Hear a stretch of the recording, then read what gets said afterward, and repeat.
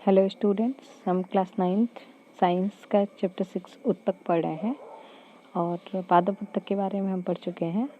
आज से हम पढ़ेंगे जंतु उत्तक के बारे में। ठीक है, पादप उत्तक के बारे में आप लोगों को पढ़ाया जा चुका है। जो लोग नहीं पढ़े होंगे या जिन लोगों ने पुराने वीडियोज़ नहीं देखे हैं वो पुराने वीडियोज़ देख सकते हैं, उसे देख लीजिएगा। और आज से हम नया जंतु उत्तक के बारे में स्टार्ट करेंगे। ठीक है, तो जंतु उत्तक की बात करते हैं। जंतु उत्तक के बारे में जानने से पहले हम जानते हैं कि हमारे शरीर में अलग अलग प्रकार की कोशिकाएं होती हैं। हम जानते हैं कि जंतुओं का शरीर किससे मिलकर बना होता है? कोशिकाओं से। तो कुछ कोशिकाएं हमारी ऐसी होती हैं जो गति करती हैं। ठीक है, कुछ कोशिकाएं होती हैं जिनमें कुछ विशेष गुण पाए जाते हैं, जो फैल सकती हैं, सिकुड़ सकती हैं। ठीक है, तो फैलने और सिकुड़ने के कारण क्या होगा? जब वो फैलेंगी सिकुड़ेंगी तो जाहिर सी बात है कि उनमें एक गति होगी। ठीक है, ये गति कर रही होंगी। तो ये जो जिन कोशिकाओं में फैलने और सिकुड़ने का गुण पाया जाता है उन कोशिकाओं को कहा जाता है पेशीय कोशिकाएं। ठीक है, एक बार और जानने सुनिएगा कि वे कोशिकाएं जिनमें फैलने और सिकुड़ने का गुण पाया जाता है वे विशेष कोशिकाएं कहलाती हैं पेशीय कोशिकाएं। ठीक है, और इन्हीं पेशीय कोशिकाओं के फैलने और सिकुड़ने के कारण हमारे अंगों को गति मिलती है। जैसे हम हाथ हिला सकते हैं ना, पैर हिला सकते हैं, तो ये तो एक गति है ना। हम अपने सिर को इधर उधर घुमा सकते हैं, दाएं बाएं घुमा लेते हैं, ये भी एक गति है। तो ये जो गति हो रही है, ये गति किन कोशिकाओं के कारण हो रही है? पेशीय कोशिकाओं के कारण। आपने पादप उत्तक पढ़ा, तो पादप उत्तक में आपने किसी भी पेशी कोशिका का नाम नहीं सुना होगा, नहीं सुने होंगे ना। तो ये पेशी की, चूंकि उनमें ऐसी कोई पेशी कोशिका नहीं पाई जाती, इसलिए जो पौधे होते हैं वो गति नहीं कर पाते हैं। जबकि अगर जंतुओं की बात करें तो जंतुओं में ये पेशी कोशिकाएं पाई जाती हैं। ठीक, तो ये तो हुआ पेशी कोशिकाओं के बारे में। दूसरा, कुछ कोशिकाएं ऐसी होती हैं जो पदार्थों को एक स्थान से दूसरे स्थान तक ले जाने का कार्य करती हैं। जैसे कि पौधों में पाई जा रही थी जाइलम और फ्लोएम था, जो पदार्थों के संवहन के लिए या परिवहन के लिए आवश्यक था। ऐसे ही जंतुओं में भी कुछ कोशिकाएं होती हैं जो पदार्थों को एक स्थान से दूसरे स्थान तक ले जाने का कार्य करती हैं। जैसे कि मान लीजिए हम सांस लेते हैं, सांस लेते समय क्या होता है, जो बाहर की वायु है उसे हम अपने नाक द्वारा अंदर प्रवेश कराते हैं। जैसे नासिका द्वारा वह वायु क्या होती है, अंदर जाती है। नासिका में जाने के बाद से क्या वह वायु नासिका में ही रह जाती है? नहीं ना, नासिका से वह वायु कहाँ पहुँचती है? फेफड़ों में पहुँचती है। ऑक्सीजन जाता है फेफड़ों में, फेफड़े के द्वारा वो क्या कर ली जाती है? अवशोषित कर ली जाती है। अब अगर वो फेफड़े की कोशिकाओं उसमें जो अवशोषित होने के बाद अगर वहीं रह जाए तो क्या उसका यूज हो पाएगा? हमें ऑक्सीजन कहाँ चाहिए? याद सबसे पहले ये बताइए कि ऑक्सीजन हमें चाहिए ही क्यों? ऑक्सीजन हमें ऊर्जा के लिए चाहिए ना। ऑक्सीजन से हम शुरू से पढ़ते आ रहे हैं कि ऑक्सीजन क्यों आवश्यकता होता है, तो ऑक्सीजन से हमें ऊर्जा मिलती है। जैसे भोजन से ऊर्जा मिलती है, तो केवल भोजन हम करें और हमें ऑक्सीजन ना मिले तो भी हम जीवित नहीं रह पाएंगे, क्योंकि भोजन को तोड़ने के लिए भोजन से ऊर्जा हमको कब मिलेगी? जब भोजन अपने सरल अवयवों में टूटेगा। और भोजन को तोड़ने के लिए क्या चाहिए? तो ऑक्सीजन चाहिए। यानी ऑक्सीजन से हमें इनडायरेक्टली क्या है, हमें ऑक्सीजन से ही ऊर्जा मिल रही है। तो यह ऑक्सीजन फेफड़ों तक ही रह जाएगी तो हमें यह ऊर्जा नहीं मिलेगी। अब एक और चीज़ हमने जब पढ़ा था, जब हम कोशिका पढ़े थे तो उस समय हमने पढ़ा था कि कोशिकांग में एक कोशिकांग था, कोशिकाओं के अंदर एक कोशिकांग जो हमें ऊर्जा प्रदान करता था। शायद आप लोग को याद हो, गुड, माइटोकॉन्ड्रिया। कौन सा कोशिकांग था वो? माइटोकॉन्ड्रिया। तो माइटोकॉन्ड्रिया के द्वारा ही हमें ऊर्जा मिल रही थी। माइटोकॉन्ड्रिया में ऊर्जा कैसे मिल रही थी? तो माइटोकॉन्ड्रिया में निर्माण हो रहा था एटीपी का। किसका निर्माण हो रहा था? एटीपी का। और जब आप आगे पढ़ेंगे तो आप जानेंगे कि जो एटीपी है वह बिना ऑक्सीजन की सहायता से निर्मित नहीं होता है। एटीपी निर्माण में ऑक्सीजन एक प्रमुख भूमिका निभाता है। अगर वह एटीपी निर्माण बिना ऑक्सीजन के होगा भी तो उतना नहीं होगा जितनी हमें आवश्यकता है। एक मनुष्य की बात करें तो जितने ऊर्जा की आवश्यकता है वह बिना ऑक्सीजन के प्राप्त नहीं हो पाता है। तो वह एटीपी से निर्माण होगा ऊर्जा का, और एटीपी निर्माण के लिए चाहिए हमें ऑक्सीजन, और यह ऑक्सीजन है फेफड़ों में। तो फेफड़ों से वह कोशिकाओं के उन भागों तक कैसे जाएगी? तो यह ले जाने का काम करता है हमारी जो रुधिर है, जो हमारा रुधिर है वह फेफड़ों तक भी पहुंचा हुआ है। तो फेफड़ों से जो रुधिर वाहिकाएं हैं वह रुधिर वाहिकाएं वहाँ ऑक्सीजन लेके शरीर के विभिन्न भागों में पहुँचाएंगी। पहले तो वो उसको पहुँचाएंगी हृदय तक, और हृदय से वह शरीर के विभिन्न भागों में भेज दिया जाएगा। तो यानी रुधिर क्या कार्य कर रहा है? ऑक्सीजन को एक स्थान से दूसरे स्थान तक या अलग अलग कोशिकाओं तक पहुँचाने का कार्य कर रहा है। यह रुधिर भी एक कोशिका ही है, एक ऊतक है। ये कोशिकाओं का समूह है रुधिर, तो रुधिर को हम ऊतक कह सकते हैं। तो रुधिर एक क्या हो गया? ऊतक हो गया। अब तक हमने 2 ऊतकों के बारे में पढ़ लिया। जैसे पेशी कोशिकाएं हैं, जब कई पेशी कोशिकाएं एक साथ मिलकर कार्य करेंगी तो पेशी ऊतक हो जाएगा। ऐसे ही जो रुधिर है वह भी, जब रुधिर में भी कई प्रकार की कोशिकाएं हैं तो यह रुधिर भी क्या हो गया? एक ऊतक हो गया। तो अब देखिए, रक्त और पेशियां दोनों ही हमारे शरीर में पाए जाने वाले ऊतकों के उदाहरण हैं। और अगर हम कार्य के आधार पर बात करें तो विभिन्न प्रकार के जंतु ऊतक पाए जाते हैं। जंतुओं के शरीर में विभिन्न प्रकार के ऊतक पाए जाते हैं। ध्यान रखिएगा, जंतु का मतलब, कुछ बच्चे कंफ्यूज होते हैं, तो जंतु का मतलब केवल चौपाए नहीं, या केवल वो जंतु नहीं जैसे गाय, भैंस, कुत्ता, बिल्ली। आप सोचते होंगे जंतु का मतलब ये, तो जंतु का मतलब केवल ये नहीं, जंतु में मनुष्य भी आता है। ध्यान रखिएगा। तो अब जब जंतु ऊतकों की बात करें तो मुख्य रूप से कार्य के आधार पर, ध्यान रखिए, कार्य के आधार पर मुख्य रूप से 4 प्रकार के जंतु ऊतक पाए जाते हैं। एपिथेलियमी ऊतक, संयोजी ऊतक, पेशीय ऊतक और तंत्रिका ऊतक। कौन कौन से जंतु ऊतक पाए जा रहे हैं? तो एक बार और सुनिएगा आप। अगर हम कार्य के आधार पर देखें तो मुख्य रूप से 4 प्रकार के जंतु ऊतक पाए जा रहे हैं। कितने प्रकार के? 4 प्रकार के। जैसे एपिथेलियमी ऊतक, ठीक है, पहला क्या है? एपिथेलियमी ऊतक, आप नोट डाउन करते जाइएगा। सेकंड है संयोजी ऊतक, सेकंड ऊतक क्या हो जाएगा? संयोजी ऊतक। थर्ड पेशीय ऊतक, थर्ड ऊतक कौन सा है? पेशीय ऊतक, ठीक है। और लास्ट है तंत्रिका ऊतक। कितने प्रकार के ऊतक हो गए? 4 प्रकार के। मुख्य रूप से कितने प्रकार के ऊतक पाए जा रहे हैं? 4 प्रकार के जंतुओं में। कौन कौन से ऊतक है? एक बार और सुन लीजिए। एपिथेलियमी ऊतक, संयोजी ऊतक, पेशीय ऊतक और तंत्रिका ऊतक। तो जो रक्त के बारे में हमने अभी जाना, तो रक्त जो है वह संयोजी ऊतक का प्रकार है। और पेशियों के बारे में हमने पढ़ा, जो गति करने के लिए रिस्पॉन्सिबल होते हैं, उत्तरदायी होते हैं, तो वह उदाहरण है पेशीय ऊतक का, ठीक है। इनके बारे में हम आगे फिर अभी पढ़ेंगे। फिलहाल अब पहला ऊतक हम जानते हैं, एपिथेलियमी ऊतक। फर्स्ट ऊतक हमारा एपिथेलियमी ऊतक।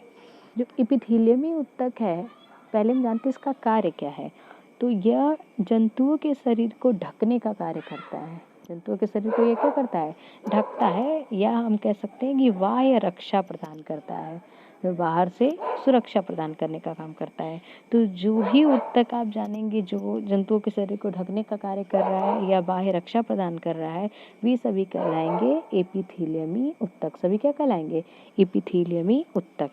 तो अब थोड़ा सा आप सोचिए, थोड़ा सा कॉमन सेंस लगाते, थोड़ा सोचते हैं, ढकने का काम कौन कौन कर रहा है? जैसे हमारी त्वचा कर रही है ना, त्वचा हमारे शरीर को ढकती है बाहर से, तो त्वचा भी एक एपिथेलियम ऊतक का उदाहरण हो गया। साथ ही साथ हमारे शरीर के अंदर विभिन्न प्रकार के अंग पाए जाते हैं, और प्रत्येक अंग बाहर से ढके होंगे, सबका तो बाह्य स्तर है ना। तो जो हमारे शरीर के अंदर पाए जाने वाले प्रत्येक अंग है, उन प्रत्येक अंग का जो बाहरी स्तर है वह भी एपिथेलियम ऊतक का बना होता है, ठीक है। अब इनका एक और कार्य होता है। मान लीजिए शरीर के अंदर फेफड़ा है, ठीक है, वहीं पे हृदय है, तो हृदय और फेफड़े के बाहरी स्तर क्या है? एपिथेलियम ऊतक है। यह एपिथेलियम ऊतक क्या कर रहा है? हृदय के अंदर की जो कोशिकाएं हैं उनको फेफड़े के अंदर की कोशिकाओं से क्या कर रहा है? अलग कर रहा है। तो वही है यहाँ कि ये जो एपिथेलियम ऊतक है, ये भिन्न भिन्न प्रकार के शारीरिक तंत्रों को एक दूसरे से अलग करने के लिए अवरोध का निर्माण करते हैं। तो अब तक हमने 3 कार्य एपिथेलियम ऊतक के जाने। जंतुओं के शरीर को ढकने का कार्य करता है, बाह्य रक्षा प्रदान करता है, ठीक, और साथ ही साथ ये भिन्न भिन्न प्रकार के शारीरिक तंत्रों को एक दूसरे से अलग करने के लिए अवरोध का निर्माण करता है। कुछ एग्जाम्पल्स हैं। त्वचा, त्वचा हम जानते ही हैं। मुंह, जो हमारा मुख है, मुंह जानते हैं हम लोग, भोजन जिसमें ग्रहण करते हैं, पता है ना, ये जिससे बोलते हैं आप। तो मुंह जो है, मुंह आहार नली, आहार नली जब हम भोजन ग्रहण करते हैं तो वो जो मुंह के द्वारा अंदर की तरफ जाती है, तो गले की तरफ अंदर एक पाइप होता है, वह जो नली होती है वह नली कहलाती है आहार नली। वह आहार नली गले से होते हुए आमाशय है, ठीक है, आमाशय के बारे में हम ये सब पढ़ेंगे आगे। यकृत है, ये सब कुछ आहार नली के अंतर्गत ही आती है। तो आहार नली, रक्त वाहिनी जो रुधिर को ले जाने का कार्य करती है, तो रक्त वाहिनी जो ली जाती है, पाइप, रक्त वाहिनी, ये इन नलियों का स्तर, फेफड़ों की कुपिका, फेफड़े में छोटे छोटे गुब्बारे की जैसी संरचना पाई जाती है, जिन्हें हम कहते हैं कुपिका। तो फेफड़ों की जो कुपिका है, साथ ही साथ वृक्कीय नली, जो वृक्क है हमारा किडनी, तो वृक्क की जो नली होती है, वृक्क से निकली हुई जो नली होती है, वह नली भी, ये सब एपिथेलियम ऊतक से बने होते हैं। यानी जितनी देखिए क्या क्या एपिथेलियम ऊतक से बने होते हैं, त्वचा, मुंह, आहार नली, रक्तवाहिनी नली का अस्तर, फेफड़ों की कुपिका और वृक्कीय नली, ठीक, ये सभी एपिथेलियम ऊतक से बने होते हैं। अब हमने जब ऊपर ही पढ़ा कि एपिथेलियम ऊतक का कार्य क्या होता है, एपिथेलियम ऊतक का कार्य, सबसे मुख्य कार्य क्या है, रक्षा करना। सबसे मुख्य इनका कार्य क्या है, रक्षा करना। तो रक्षा करने वाली जो कोशिकाएं हैं वो अगर दूर दूर रहेंगी तो क्या वह रक्षा कर पाएंगी, नहीं ना, तो उनको काफ़ी पास पास रहना होगा। तो इसलिए ही एपिथेलियम ऊतक की जो कोशिकाएं हैं वह एक दूसरे से सटी हुई होती हैं, एक दूसरे से क्या होती है, ये सटी हुई होती हैं। और ये एक अनवरत का मतलब जैसे बीच में कोई इनमें रुकावट न हो लगातार, तो ये एक अनवरत परत का निर्माण करती हैं। कौन करती हैं, तो एपिथेलियम ऊतक की कोशिकाएं, ठीक। अब इन परतों के बीच में कोई चिपकाने वाला पदार्थ भी नहीं होता है, अगर पाया भी जाएगा तो बहुत कम पाया जाएगा, बहुत कम। इनको चिपकाने के लिए किसी पदार्थ की आवश्यकता ज़्यादा नहीं होती है। और जब चिपकाने वाला पदार्थ नहीं होता तो साथ ही साथ कोशिकाओं के बीच स्थान भी क्या होता है, बहुत कम होता है। ये नहीं कि बिल्कुल नहीं होता है लेकिन बहुत कम, क्योंकि कुछ जैसे मान लीजिए अब पसीना है, पसीना तो निकलता है ना त्वचा से, तो कुछ तो स्थान है लेकिन बहुत कम स्थान है, पसीना ही निकलता है। ऐसा नहीं ना हम पानी बाहर से जल डालते हैं और वह त्वचा के द्वारा अंदर प्रवेश कर जाता है पूरा का पूरा, नहीं, कुछ मात्रा में तो जल जाता है, ऐसा नहीं बिल्कुल नहीं जाता है। देखिए जब हम नहाते हैं तो हमारी कोशिकाएं लगातार पानी में, आप हाथ को कुछ समय तक डाल दीजिए तो कोशिकाएं क्या होती हैं, सिकुड़ी हुई लगती है हमारी त्वचा। रीजन क्या होता है, जल का थोड़ा बहुत तो आदान प्रदान हो ही रहा होता है उस समय, लेकिन हाँ पूरी तरह से ऐसा नहीं है कि इतने छिद्र होते हैं कि वो आसानी से प्रवेश कर जाएगा। हमने हाथ में एक गिलास पानी डाला और वो सारा पानी हाथ के अंदर प्रवेश कर गया, ऐसा तो होता नहीं है। तो इन कोशिकाओं के बीच स्थान तो होता है लेकिन बहुत कम स्थान होता है। और अगर स्पष्टता हम देखें तो जो भी पदार्थ शरीर में प्रवेश करता है या बाहर निकलता है वह एपिथेलियम की किसी परत से होकर अवश्य गुजरेगा ना, क्योंकि हमारा पूरा शरीर त्वचा से ढका हुआ है और त्वचा है एपिथेलियम ऊतक। तो शरीर के अंदर कोई भी पदार्थ जो प्रवेश करेगा वह भी, या जो निकलेगा वह भी, वह एपिथेलियम की परत से होकर अवश्य गुजरता है ना। और इसके कारण एपिथेलियम कोशिकाएं जो हैं तो इनके बीच की पारगम्यता शरीर तथा बाहरी वातावरण, जैसे हमारा जो शरीर है और शरीर से बाहरी वातावरण के बीच एक संबंध स्थापित करेगा। हमारे शरीर से जो कुछ पदार्थ होंगे जो बाहर जाने चाहिए वो बाहर जाएंगे, और जो बाहर से पदार्थ अंदर आने चाहिए वो अंदर आएंगे उसके द्वारा। साथ ही साथ शरीर के अंदर की यदि बात करें तो अंगों के बीच में, एक अंग से दूसरे अंग में यदि किसी पदार्थ की आवश्यकता है तो चयनात्मक पदार्थों को यह एपिथेलियम आने देगा। फेफड़ों से किसी पदार्थ की अगर हृदय को आवश्यकता है तो फेफड़ों से वह पदार्थ हृदय में जाएगा एपिथेलियम को पार करके। हृदय के किसी पदार्थ को अगर फेफड़ों को आवश्यकता है तो वह वहाँ से वहाँ जाएगा। तो यही यहाँ दे रहा है कि विभिन्न प्रकार की एपिथेलियम कोशिकाओं के बीच की पारगम्यता शरीर तथा बाहरी वातावरण, पहला शरीर तथा बाहरी वातावरण, और दूसरा शरीर के विभिन्न अंगों के बीच पदार्थों के आदान प्रदान में महत्वपूर्ण भूमिका निभाती है। अगर ये पारगम्यता न हो तो ये आदान प्रदान नहीं हो पाएगा।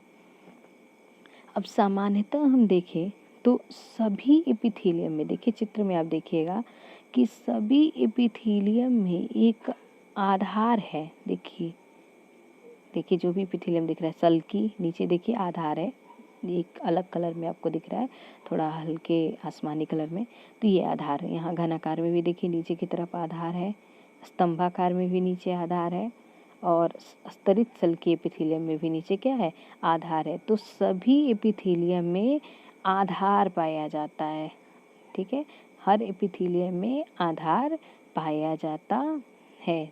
और ये जो आधार है, रेशेदार आधार, यही झिल्ली उसे नीचे रहने वाले उत्तकों से अलग करती है। वैसा तो है नहीं कि उसके नीचे कोई और उत्तक नहीं होगा, हो सकता है कि एक सल की एपिथेलियम, जैसे हमारी त्वचा है, त्वचा के नीचे हो सकता है कि संयोजी उत्तक पाया जा रहा हो। तो संयोजी उत्तक और ये जो एपिथेलियम उत्तक है, इसको अलग करने का कार्य कौन कर रहा है, सल की एपिथेलियम का जो आधार है, ठीक। और ये आधार क्या है, रेशेदार आधार पाई जाती है। अब देखिए, अगर हम कोशिकाओं की बात करें तो एपिथेलियम की जो संरचनाएं होती हैं अलग अलग प्रकार की होती हैं। इनकी जो कोशिकाएं हैं, देखिए यहाँ आपको दिख रहा है, यहाँ चपटी कोशिकाएं दिख रही हैं। तो यहाँ देखिए, ये यहाँ एक अलग आकार में, घन के आकार में दिख रही हैं। तो यहाँ ये स्तंभ के आकार में कोशिकाएं दिख रही हैं।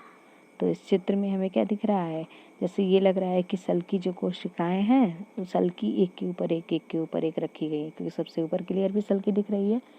तो अलग अलग आकार है। तो इन कोशिकाओं का आकार क्यों अलग अलग है, तो हम पहले भी जानते हैं कि जो कोशिकाएं होती हैं अपने कार्यों के कारण ही अलग अलग आकार की होती हैं। उनका आकार उनके कार्य के लिए ही होता है, ठीक है। तो यहाँ जो इनका आकार है, ये इनके कार्यों पर निर्भर करता है। एग्जाम्पल के लिए, जैसे मान लीजिए, वे प्रत्येक कोशिकाएं जिनका काम होता होगा पारगम्य झिल्ली जैसा कार्य करना है, ठीक है, कोई भी ऐसी कोशिका जिसका कार्य है पारगम्य झिल्ली की तरह कार्य करना, तो उसकी जो एपिथेलियम उत्तक होंगी, एपिथेलियमी कोशिकाएं होंगी, वह होती हैं चपटी, ठीक है।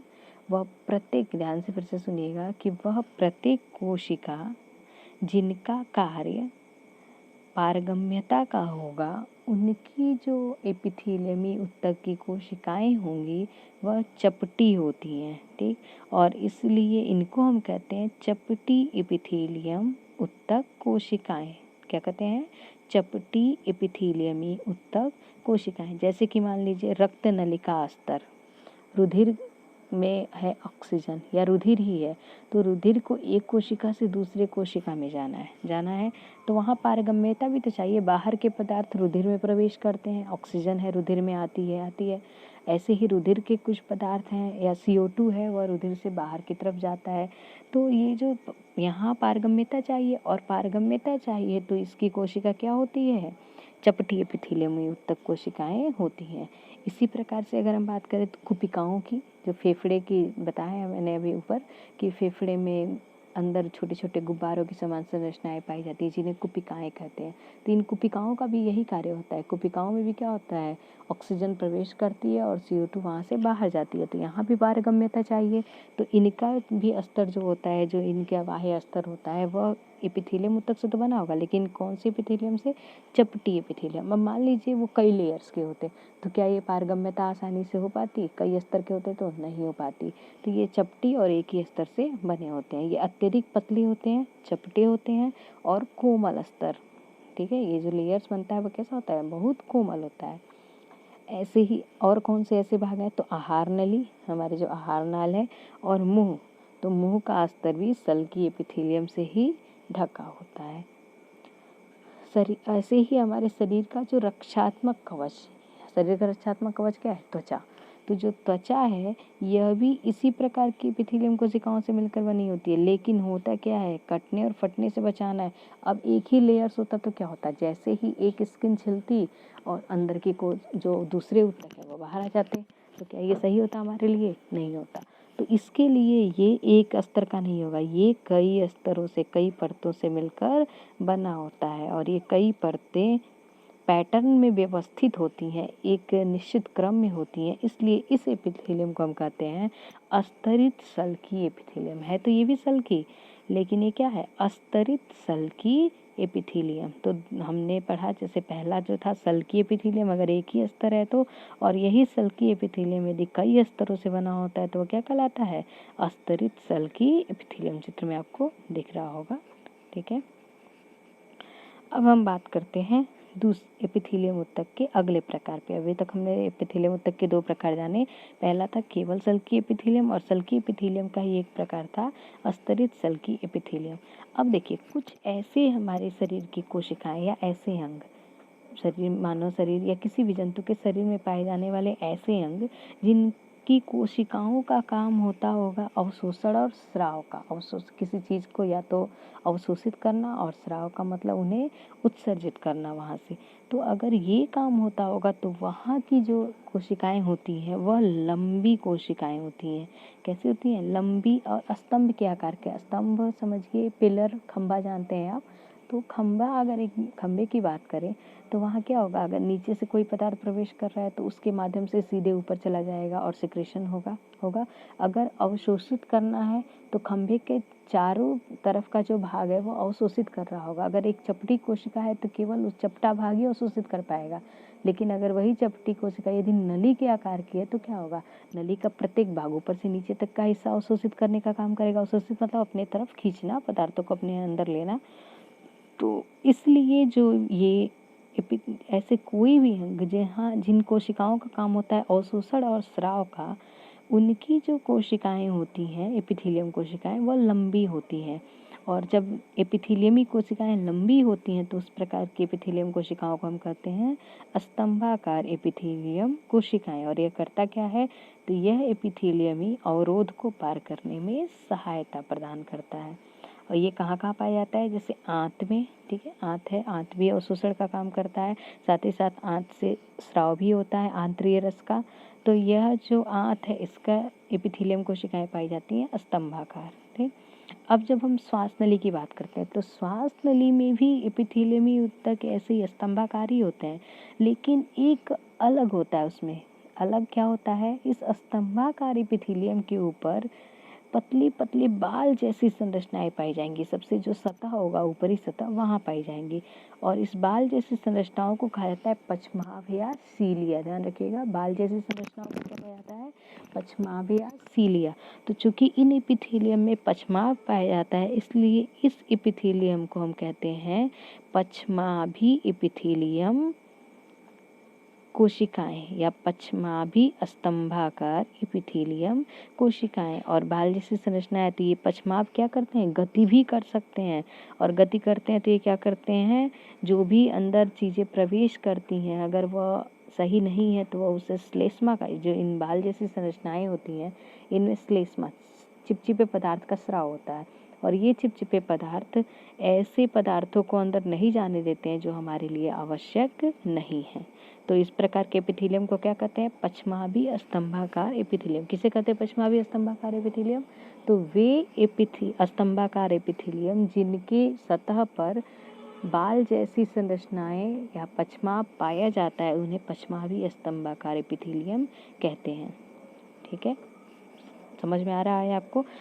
ठीक है, अब नेक्स्ट देखिए घनाकार एपिथीलियम। ठीक है, तो अगर कुछ ऐसी कोशिकाएं हैं जहाँ पे ग्रंथियाँ चाहिए, ठीक है, उनमें कोशिकाओं में ग्रंथियों की आवश्यकता होती है। तो वे ऐसी कोशिकाएं जहाँ पे ग्रंथि का निर्माण होता है या जो कोशिकाएं यांत्रिक सहारा प्रदान करती हैं, यांत्रिक सहारा यानी कठोरता प्रदान करती हैं, तो यांत्रिक सहारा प्रदान करने वाली जो कोशिकाएं होती हैं वह बनी होती है घनाकार एपिथीलियम से। किससे बनी होती है, घनाकार एपिथीलियम कोशिकाओं से। और एग्जाम्पल के तौर पे वृक्कीय नली, वृक्क से जो नली निकलती है तो वृक्कीय नली और लार ग्रंथि की नली, ये बनी होती हैं घनाकार एपिथीलियमी कोशिकाओं से। ठीक है, अब इनमें भी एक प्रकार होता है। अगर ये एपिथीलियमी कोशिकाओं में अगर कहीं नीचे की तरफ, उसमें कभी कभी ऐसा होता है कि ये एपिथीलियम कोशिकाएं ही अंदर की तरफ मुड़कर और एक ग्रंथि का निर्माण करती हैं, तब हम इसे कहते हैं ग्रंथिल एपिथीलियम। ऐसे तो घनाकार है, घनाकार एपिथीलियम, लेकिन घनाकार एपिथीलियम में यदि नीचे की तरफ किसी ग्रंथि का निर्माण हो जाता है तब हम उसे क्या कहते हैं, ग्रंथिल एपिथीलियम। और इनका मुख्य कार्य क्या होता है, घनाकार एपिथीलियम का यांत्रिक सहारा प्रदान करना। क्या काम होता है इनका, यांत्रिक सहारा प्रदान करना, साथ ही साथ सतह पर एपिथीलियम ऊतक के सतह पर पदार्थों का स्राव करना। तो ये था हमारा एपिथेलियमी ऊतक। क्या था ये? एपिथेलियमी ऊतक। एक बार इसे आप फिर से दोबारा देख लीजिएगा। अगर एक बार में आपको समझ में ना आए तो एक बार फिर से दोबारा देखिएगा और बीच में रोक रोक के जैसे भी आपको समझ में आए उसे समझने का प्रयास करिएगा। ठीक है, अगले वीडियो में हम पढ़ेंगे संयोजी ऊतक के बारे में। आज हमने एपिथेलियम ऊतक के बारे में पढ़ा, नेक्स्ट वीडियो में हम संयोजी ऊतक के बारे में पढ़ेंगे। और आप पढ़ते रहिए, आप पढ़ेंगे तो आप ही के लिए सही है। ठीक है, तो आप पढ़ाई करते रहिए स्टूडेंट्स। इस समय हम काफ़ी दिक्कतों से हम लोग गुजर रहे हैं, हम सभी। पता है कि आप लोगों को समझने में थोड़ी दिक्कतें आ रही होंगी, क्योंकि आपके लिए भी नया है, हमारे लिए भी नया है। मैं बार बार ये चीज़ आप लोग को कह रही हूँ कि ना मैंने ऑनलाइन आप लोगों को कभी पढ़ाया है, ना आप लोगों ने हम लोग से ऑनलाइन पढ़ा है। तो थोड़ी सी दिक्कतें हैं। अगर हम ब्लैक बोर्ड का यूज करके हम लोग पढ़ाते हैं या आप सामने आप लोग बैठे होते हैं तो आप लोग अपने डाउट्स उसी समय क्लियर कर लेते हैं, वो ज़्यादा बेहतर होता है।